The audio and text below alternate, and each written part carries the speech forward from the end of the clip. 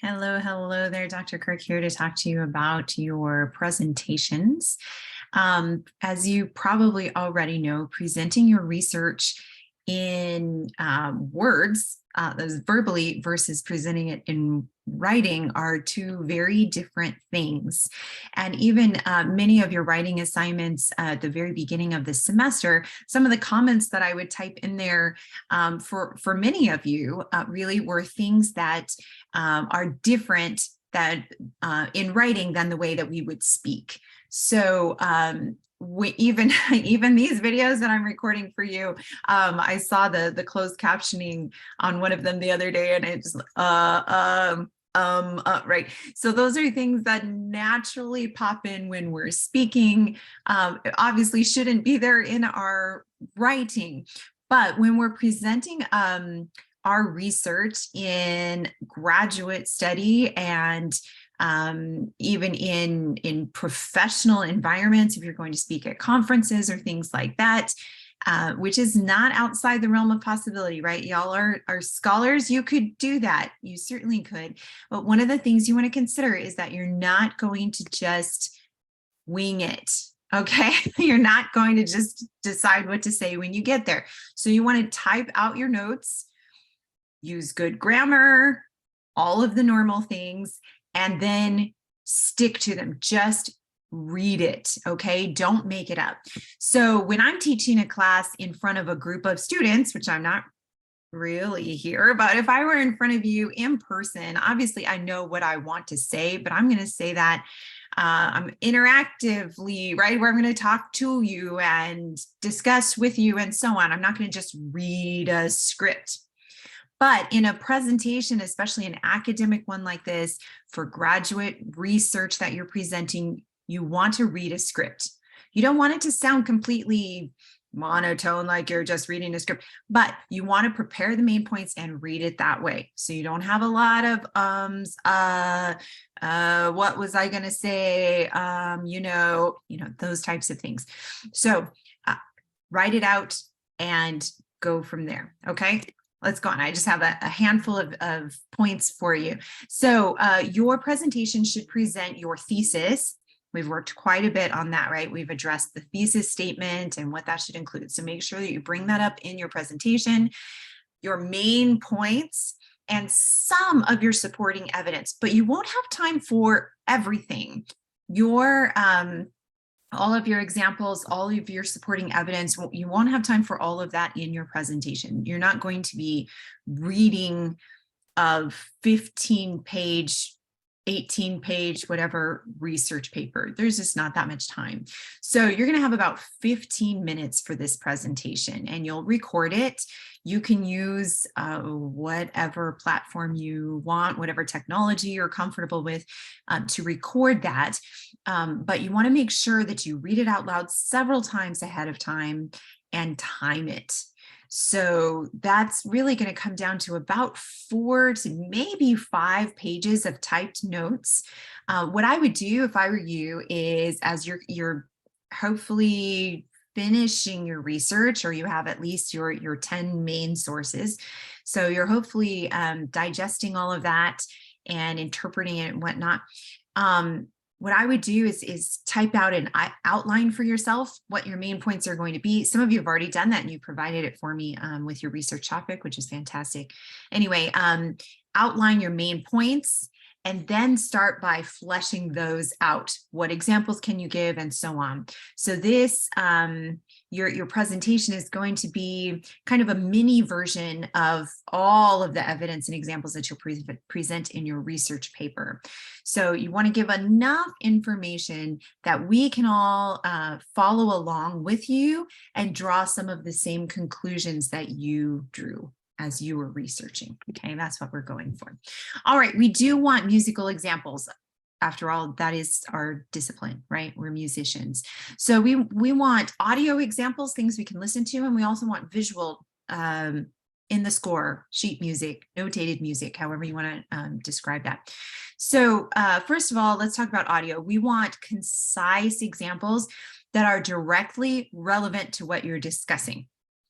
I'm sure that makes total sense to you, but don't just play a big long excerpt because it sounds great or you really like it or it's just interesting to you. But we want things that are specifically going to demonstrate the points that you are making.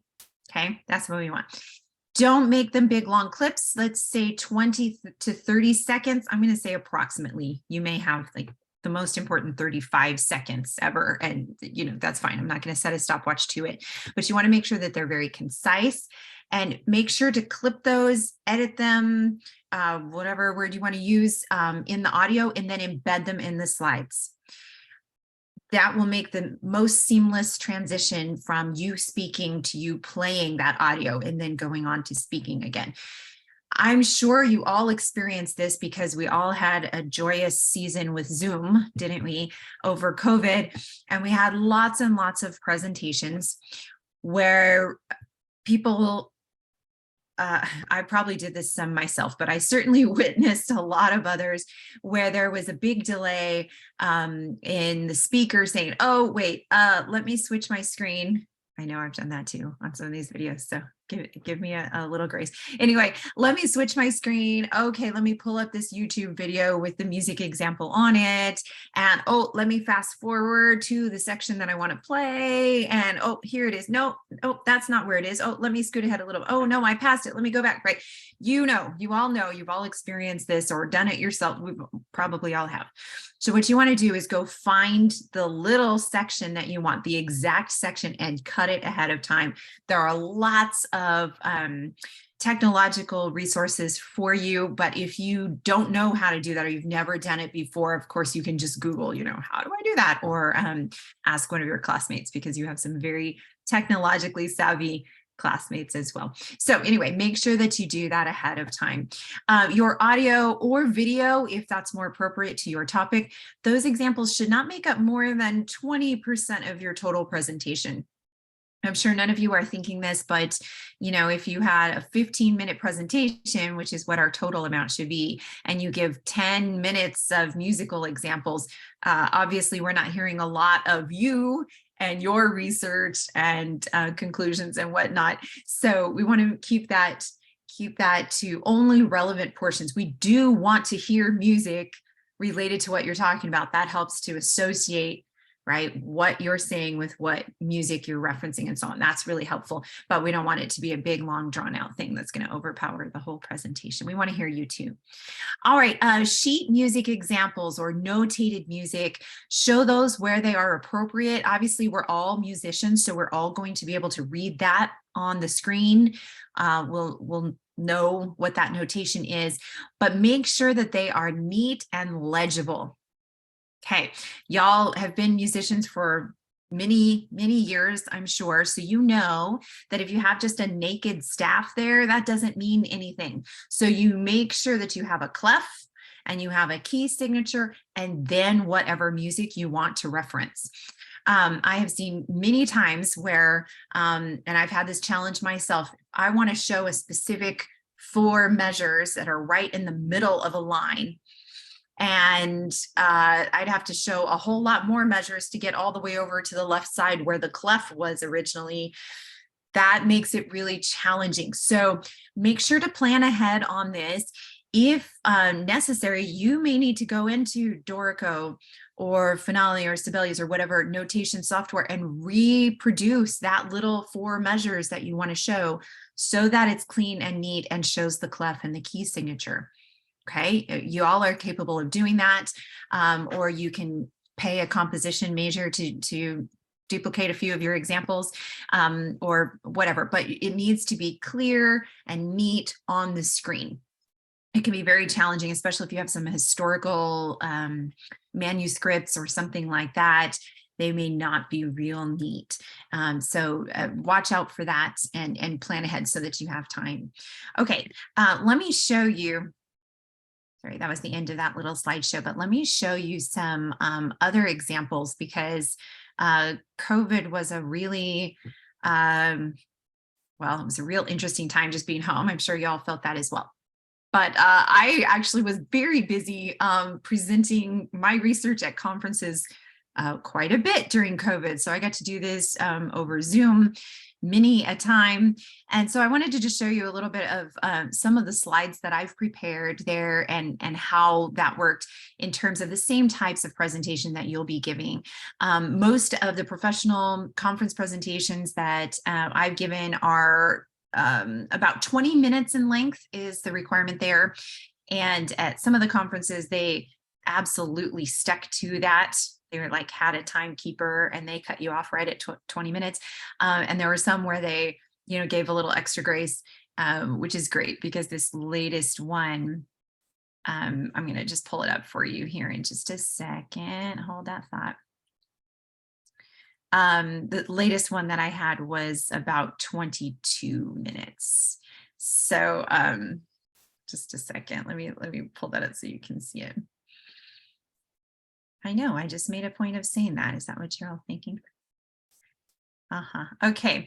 All right. I mentioned to you already about this Gershwin radio research that I had done, or that is the role of radio in the musical career of George Gershwin, which I thought was very interesting. But I wanted to just show you on PowerPoint, and of course you can use whatever you want. If you want to use Google Slides or PowerPoint or whatever, Pages, no. Okay, I'm just blanking on all the other names, y'all know. Anyway, what you can do, of course, you probably already know this, is you can type in your own notes. And so when I was talking about reading from a script, you can type that in. I have it here on the screen. So as you're presenting the page there, whatever is on your slide, you can be reading directly from that, or you could type it up separately and have it next to you or whatever you want. But you do want to make sure that you've got basically a script. So typing out your notes and reading them directly from there. So I had several of these. Let me just show you.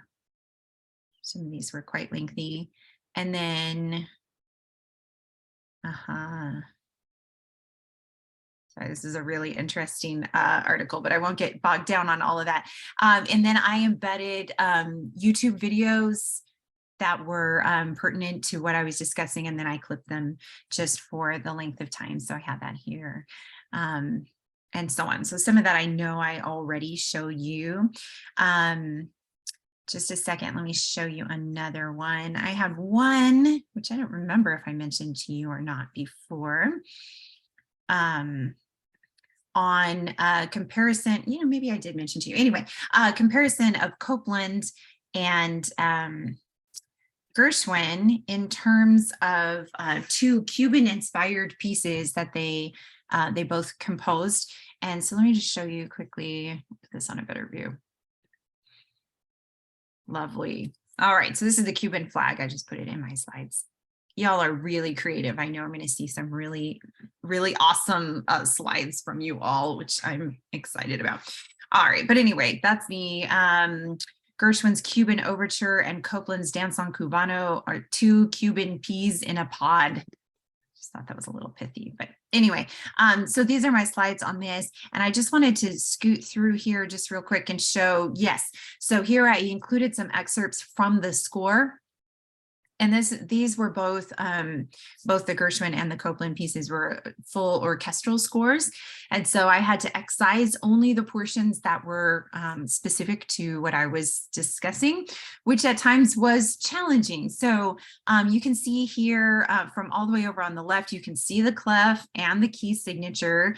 And this score is almost 100 years old. It's actually written about 1930. Something in that neighborhood. Anyway, so almost 100 years old. It is fairly clean and neat, but it is not perfect. So if you're looking at some of the little, smudges or imperfections, I scanned this directly from the score, but this was probably right on the fence of whether it was neat enough to include. Same in your research papers. If you're including any musical excerpts, you need to make sure that those are clean and neat. Here are some other excerpts that I can read, but I think the key signature sharps are a bit smushed. Those aren't real neat. Here's an example where, you know, I excised just what I wanted, which is actually just the notation here starting in the second measure. And we have one bar of just open rest. That's probably the most that you would want for something like that. Otherwise, we end up with a bunch of extra space that's useless. So that's where I was mentioning you may need to actually duplicate these yourself on your own notation software. If you have too much of that, either open rests or other music that's not pertinent to the part that you're talking about. So you want to make sure that you include just as much as you actually need. Okay, so on the on the assignment page for your presentation, I've included there a rubric of some things that you'll be looking for. And once you film yourself and it's all ready to go, then go ahead and submit the link to me of that video. So if you want to post it to YouTube and only you don't have to make it public, you can only just share the link with me, or however you want to do it. The problem often comes if you just record it on you know, on your iPhone or something, or some other forms of videos. They won't upload to Blackboard because the size ends up being too big, or even if you try to email it to me, the size ends up being too big. So probably YouTube is going to be your best bet, but I'll let you guys figure out the technology, because I know you're probably better in that area than I am even. But once you provide that link to me, what we'll be doing is we'll be taking a look at each other's videos, and you'll be scoring according to that same rubric. So you'll want to read down through those things. They're basically all things that I've mentioned to you, or things that are probably common sense, but you want to keep those in mind as you're preparing your own notes. Now, this week is your abstract. You'll be finalizing your abstract, and then you'll be working towards your presentation. So I want to bring this to your attention. I wanted you to keep this in mind, that as you have already started the research, hopefully you've gotten a good amount of research as you've been working or completing your annotated bibliography and then working into abstracts and so on.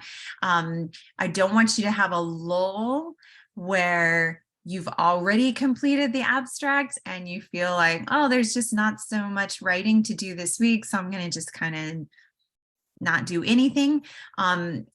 Building into the presentation is really the last step before we build up into the paper. So we've kind of taken all the steps as to how to research, how to write it, how to evaluate other articles, and so on. And so those are all things that you're going to want to build up into your own research paper. So try not to lull in these last few weeks of the semester.